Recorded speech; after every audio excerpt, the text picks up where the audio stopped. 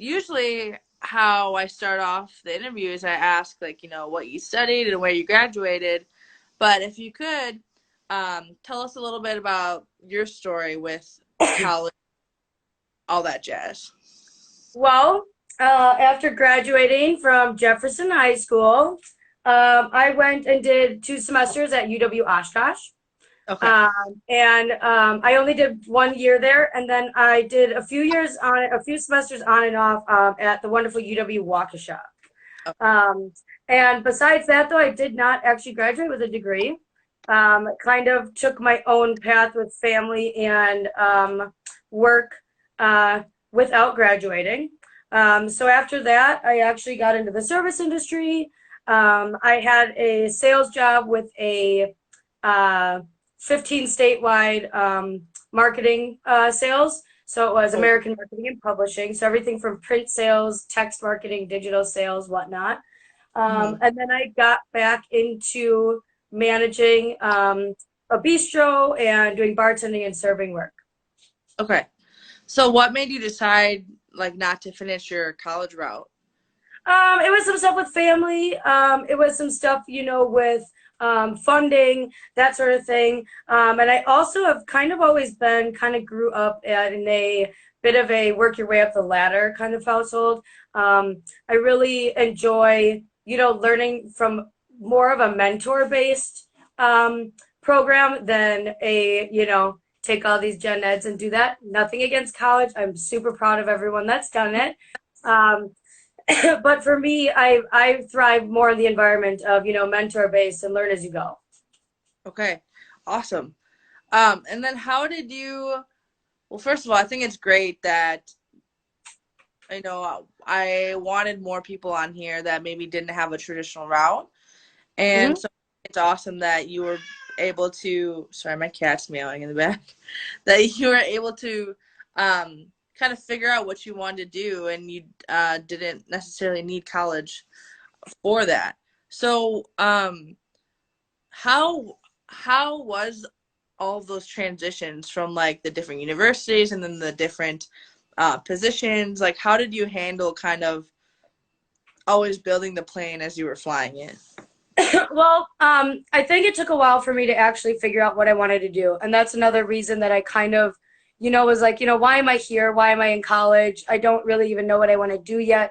And I think those first few steps after college, working in restaurant, working in sales, that kind of stuff, kind of helped clear that path for me.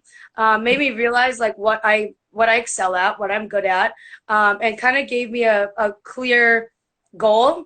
And the first mentor I ever had was from the marketing and sales position, and then from Ward's House of Prime. My manager there and the owner there really listened to my goals, listened to what I wanted to continue to do, and they helped me grow a lot. So once I got to that point, and once I started doing, stuff like towards the music industry, that kind of thing, I found where I excelled. And getting into the career that I have now, I was just going to use this. It started as an unpaid internship with Swarm Events. It was more of a stepping stone for me, more of a, hey, let's see what I can do, let's see what I can learn. And then from there, maybe I'll, start a company or maybe I'll find that dream job. Well, Mhm. that internship ended up turning into multiple dream jobs under the same kind of umbrella. Mhm. That's awesome. Um, so how would you go about finding a mentor? How did you kind of develop yours? 'Cause I feel like it's a very common question that a lot of people have, and younger people are always like, where do you find a mentor? And they don't, how do you not make it awkward? Like, how do you even approach that subject?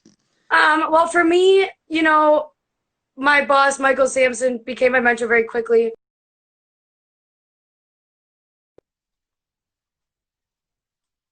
The same industry. But besides that, I have a couple other mentors. One of them, Adam, that you know.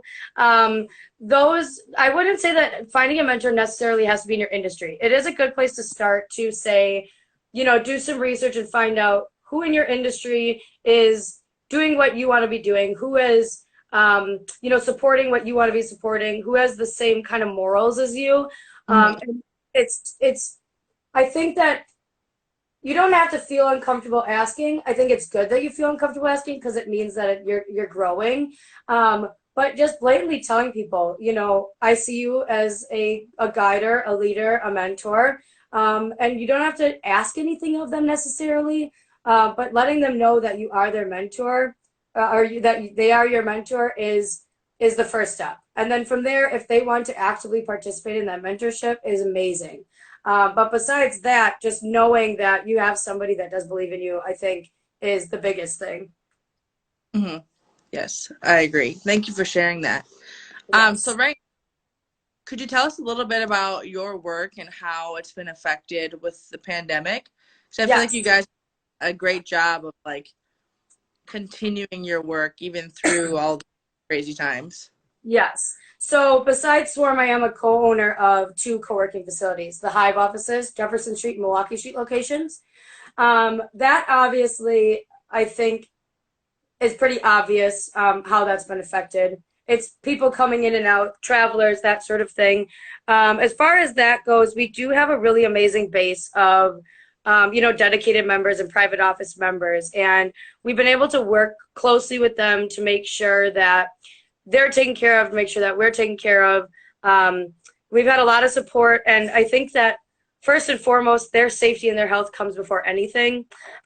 So just kind of changing things in there, only allowing members in during this time, because they're technically subleasers of us. They still have work to get done, that sort of thing. So we're figuring out now how to continue that when we do reopen to the public. We're gonna keep the travel daily passes down, the random daily conference use down. Really just focus less on any kind of monetary revenue and focus more on the health and happiness of our current members. Mhm. But I do think I'm starting to see a buildup of even people that are used to working remotely from home. They want to get the heck out of their houses. So for Yeah. me, now it's forward thinking. I'm more so looking for, how can I not even monetize, but how can I help the people that have been stuck inside this long Mhm. without putting any danger in anyone's way. As far as Swarm goes, Mike and I have kind of taken to, you know, seeing how we can make things different. Mhm. Or do our events differently. We hosted a virtual 414 day. Mhm. That was a no money making situation. That was strictly to support our local business, support the city of Milwaukee, kind of give a little piece of community back in a time where we all feel super disconnected.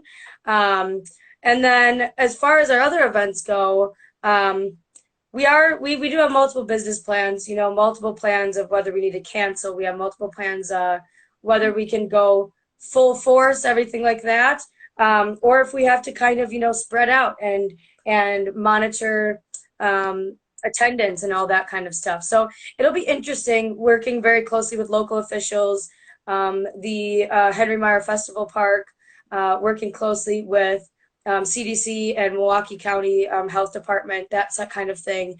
We're excited to see how we can kind of rearrange everything to make it work in these times. Mhm. Um, we do take, in full effect that date changes and people not feeling comfortable going to large events is something that we have to kind of monitor and deal with as well. But it's something that we completely understand. So, refunds and changing the way that tickets are sold and that kind of thing. It's giving me a whole new insight into the event world because it's like how we're doing all these things differently. We, Mhm. it could lead to it being this different for 2, 3 years down the line. Mhm. Yeah. Yes. So Yeah, that's wild. But I feel yeah. like you guys do a really great job of like continuing the momentum of community through your co-working space, even when not in person. So thank you for sharing. Yes. Yeah. Yeah, we also from our Swarm platforms, all of our food festivals, our bar calls, that sort of thing, we kind of shut them down for about 2.5 months with anything to do with our own festivals, our own benefit, and we really use them as platforms to support local business and advocate for certain things going on. So whether it's sharing specials for the bars that are doing takeout, or virtual events that any of these restaurants or bars are hosting, which I found really awesome, that I can share all of that with all of our followers and the world, and maybe get them an extra order that day, or maybe get them a few more followers that day. Yeah, like even just one follower or one meal like adds up, makes a huge difference. Big So time. keep the momentum going. I'm a strong advocate for the swarm and the hive. Thank Um, you. so one last question that I wanted to ask you, and I think I'm excited, kind of based off of your experience with college, your experience with mentors. What is one piece of advice that you would want to give maybe yourself back like a few years ago, or to people today going through this? I think for me, the biggest thing is that it's really easy to doubt yourself. Hmm. I know I did it a lot. I still do it to this day, but I kind of catch myself a lot more than I used to. Um, Doubting yourself is really easy to do. It's the few seconds after you doubt yourself that you really have to kind of push through that doubt. Hmm. I was afraid to ask for help. I had a lot of pride. I was always afraid that someone was going to look down on me for asking for help, or that I wouldn't look like I was as strong as I was. And I think now that I know that asking for help makes me stronger, and asking for help actually makes everyone around me know that I'm trying to learn and be more self-aware, has really helped me a lot. So to anybody that was going through what I was going through, just don't doubt yourself. I achieved a lot more things than I ever thought that I could. And looking back now, I have to realize that, hey, just go for Yes, absolutely. You are living proof of going for it and doing the thing and